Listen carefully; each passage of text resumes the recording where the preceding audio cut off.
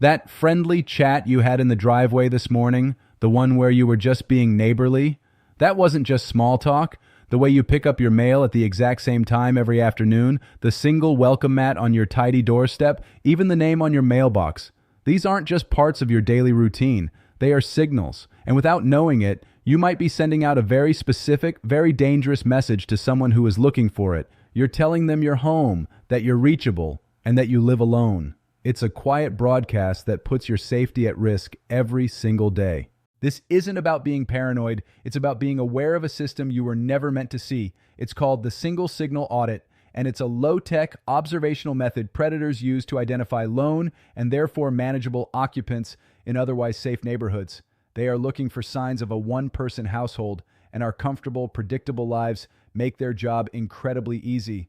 But by the end of this conversation, you will know exactly how to find those signals, how to turn them off for good, and how to make your home an unreadable, unpredictable, and secure fortress against this hidden threat. So how does this audit actually work?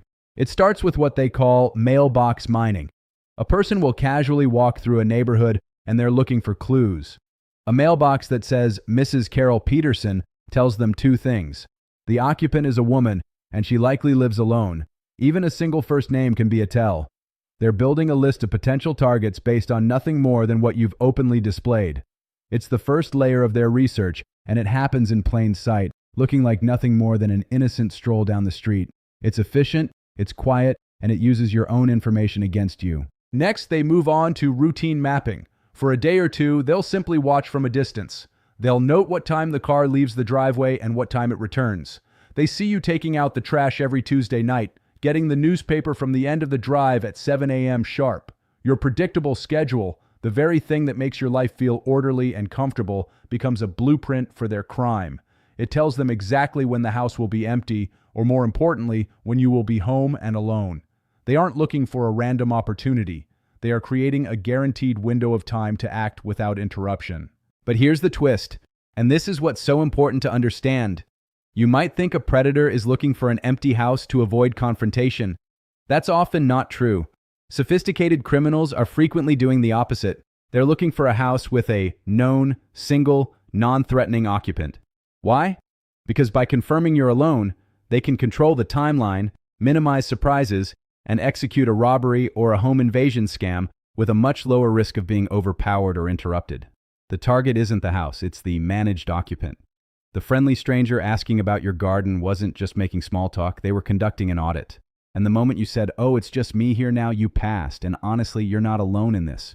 According to U.S. Census data, over 28% of all households are now single-person households. That's tens of millions of people who could be unknowingly broadcasting their solo status. Let me tell you about Barbara. She was a 72-year-old widow from Ohio, fiercely independent and so proud of the home she'd kept for 40 years. Her routine was her comfort, a morning walk with a neighbor, fetching her newspaper from the curb, and spending hours in her garden tending to her prize-winning roses. She felt safe. It was her home. Her daily habits were the rhythm of her life, the very things that made her feel in control after her husband passed. She was careful, she locked her doors, and she wouldn't have described herself as anything other than cautious and self-reliant. One afternoon, while she was weeding her flower bed, a man walking by stopped to compliment her roses. He seemed friendly, harmless. They struck up a conversation about gardening. He asked if her husband had a green thumb too. Just being polite, just making conversation. Barbara mentioned that since her husband passed away, the garden was her main project. It was a simple, human moment of connection. But in that moment, she unknowingly gave him the final piece of information he needed. He now knew for certain she was alone. She wasn't just a potential target anymore. She was a confirmed one. 2 days later, Barbara left for her regular Thursday morning grocery run, the same time she went every week. The man, knowing her schedule and knowing no one else would be home, broke in. He wasn't in a rush. He had time. He stole over $10,000 in electronics and her best jewelry, but the things that truly broke her had no monetary value. He took her late husband's military service medals, the ones she kept in a velvet box on her dresser, and he took the wedding ring she had left on the kitchen windowsill while it was being cleaned. Barbara wasn't just robbed. Her sanctuary was violated, and her precious sense of independence was shattered. And Barbara's story is not an outlier. It's part of a terrifyingly common pattern. According to the Bureau of Justice Statistics, single-person households experience a significantly higher rate of burglary than multi-person households. This isn't a coincidence. It's the direct result of the single signal audit at work. Predators are rational actors. They are actively seeking out the path of least resistance, and a home they know is occupied by one person, especially an older person, is a much more manageable target than a home with unpredictable variables like a spouse, a roommate, or adult children who might be visiting. And the threat is evolving. It's not just about a simple break-in anymore. We're now seeing hybrid variants where the initial information gathered from a single signal audit is used to execute sophisticated scams. For example, after confirming you live alone, a scammer might call and pretend to be your grandchild in trouble, needing emergency funds. Because they've done their homework, they know there won't be another family member in the background who might overhear the call and question it. Your isolation becomes their primary weapon, turning a simple observation into a devastating financial and emotional attack. It's a quiet, insidious process that's becoming more common every year. So, how do you fight back? How do you turn your home from a transparent, easily audited target into an opaque, unpredictable fortress? You do it by building what we call the occupancy illusion. The goal is simple: to make your single-person household present as an unpredictable, multi-person dwelling. It's about actively inserting doubt and uncertainty into the mind of anyone who might be watching. If a predator can't be sure you're alone, if they can't predict your routine, you are no longer a manageable target. You become a risk, and they will almost always move on to an easier mark. This defense is built on 4 non-negotiable rules. The first is, never broadcast 1.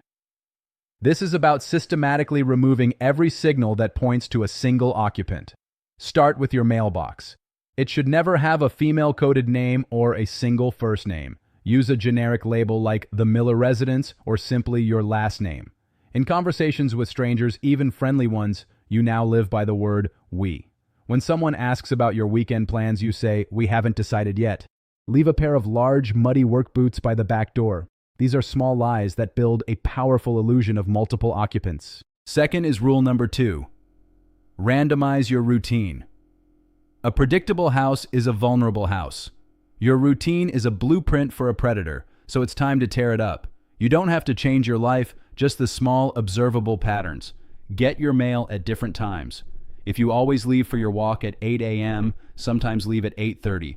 Use inexpensive timers, which you can get at any hardware store, to turn lights, a radio, or a television on and off in different rooms in the evening. Make it look like there's life and movement inside the house, even when you're sitting quietly in one room. Unpredictability is your armor. Rule number 3 is the mastery of the doorstep defense. And this one is absolute. You will never ever open your door to an unexpected stranger again. A video doorbell is a non-negotiable tool for anyone living alone.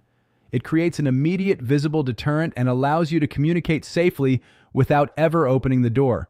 When someone you don't know rings the bell, you will now speak through the intercom. The only phrase you need is, "I can't open the door right now, but we'll be happy to call the police or your office for you if you need help." The "we" is intentional. It signals another person is present even if they're not. Finally, there's rule number 4. The helper veto.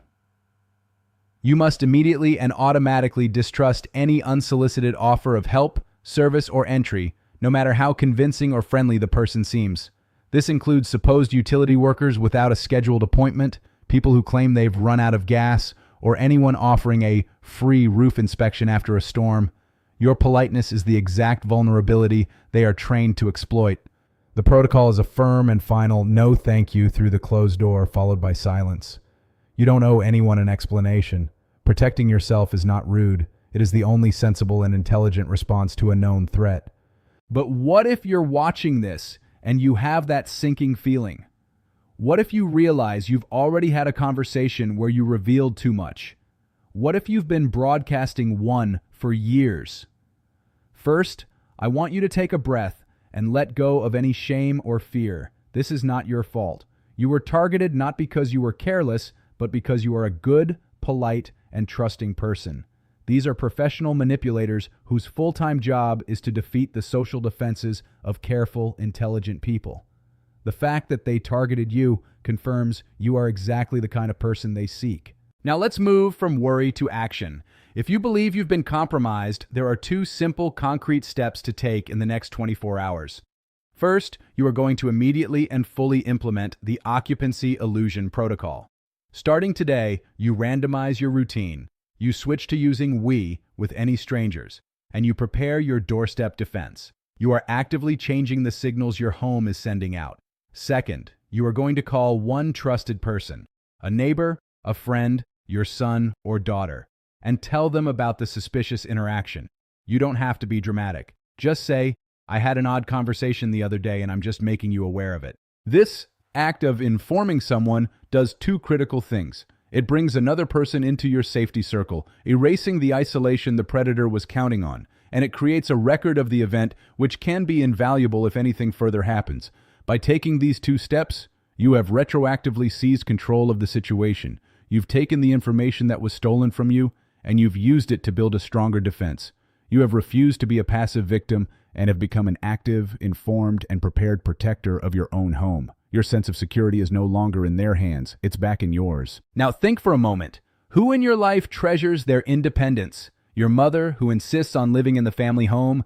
Your recently widowed neighbor, who is navigating a new life on her own? A dear friend from your church or social club, who is proud of her self-reliance? Picture that person right now. Picture them having that friendly, innocent chat by the mailbox, telling a stranger they live alone without a second thought. They don't know about the single signal audit. They don't know the person they're talking to might not be a neighbor but an auditor. They have the right to be safe in their own home, and that independence you love about them is worth protecting. You now have the information that can shield them from this invisible threat. Please take a moment and share this with them. It's not about sharing a video. It's about delivering a shield. It's an act of love, an act of protection for someone you care about.